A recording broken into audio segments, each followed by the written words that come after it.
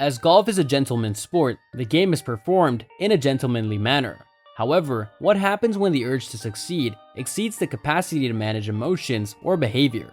Hey everyone, and welcome to another video. Today we'll be looking at the coldest moments in golf that'll leave you in complete surprise. Yeah, you heard it right. So, let's start our video. Ben Crane and Rory Sabatini's slow play incident.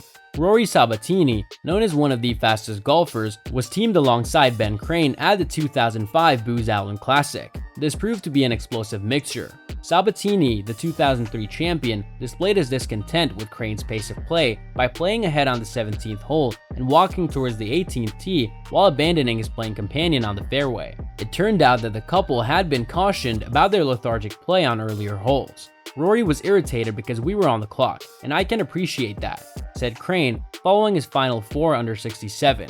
Sergio Garcia's Players' Championship heckling.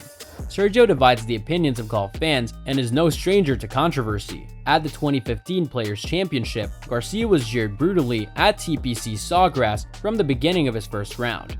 During the Spaniards' three-way playoff with Ricky Fowler and the obscure Kevin Kisner, the taunting grew louder and more aggressive. It was great for the most part, Garcia said about the badgering that started well before the 3-hole aggregate playoff. Obviously, some guys there don't deserve to be here watching golf, but that's what it is. The insensitivity was not limited to those merely observing from the galleries. Dan Hicks, an American television commentator, faked the Spanish accent, while his co-commentator suggested that the 35-year-old needed a siesta. Annika Sorenstam versus Team USA. We could have filled half of this list with the Solheim Cup related disputes over the years, but one of the greatest include the Swede. Sorenstam criticized the American team for poor sportsmanship after one of her 4-ball shots had to be retaken because she played out of turn, a violation of the rules. The Swede initially chipped in for a birdie from the rough adjacent to a bunker. However, after the shot was replayed, the Americans went on to win the hole and the match by a score of 2-1. It is just really sad to see that the ugly part of them came out because both Pat and Kelly are the nicest they have, and it is just sad to see that. They don't even have the sportsmanship, said Sorenstam, who was in tears following the greenside row. Vijay Singh versus Annika Sorenstam. Some may argue that this is not literally unsporting, but any conduct that diminishes the achievements of fellow professionals is not exactly sporting. At the 2003 Colonial, when Sorenstam became the first woman to compete in a PGA Tour tournament in 58 years, it was greeted as a feel-good tale. The Swedes seem to have earned the right to attempt the men's game after dominating the women's game. Vijay Singh was quoted as saying, "I hope she misses the cut." Why? Because she doesn't belong out here. Bubba Watson versus Steve Elkington. Bubba Watson is a golfer who divides opinion. It's not a mystery, there's no problem with that.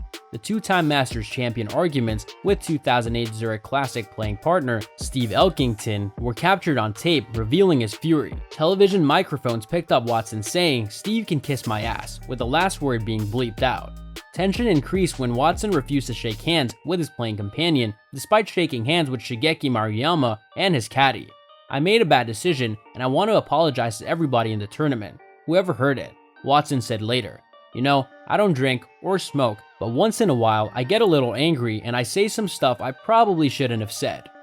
Faldo's silent treatment of David Guilford. During the 124th Open at St. Andrews, the Ryder Cup pairing was paired and after shaking hands on the first tee, played 4 hours without speaking before shaking hands on the 18th green.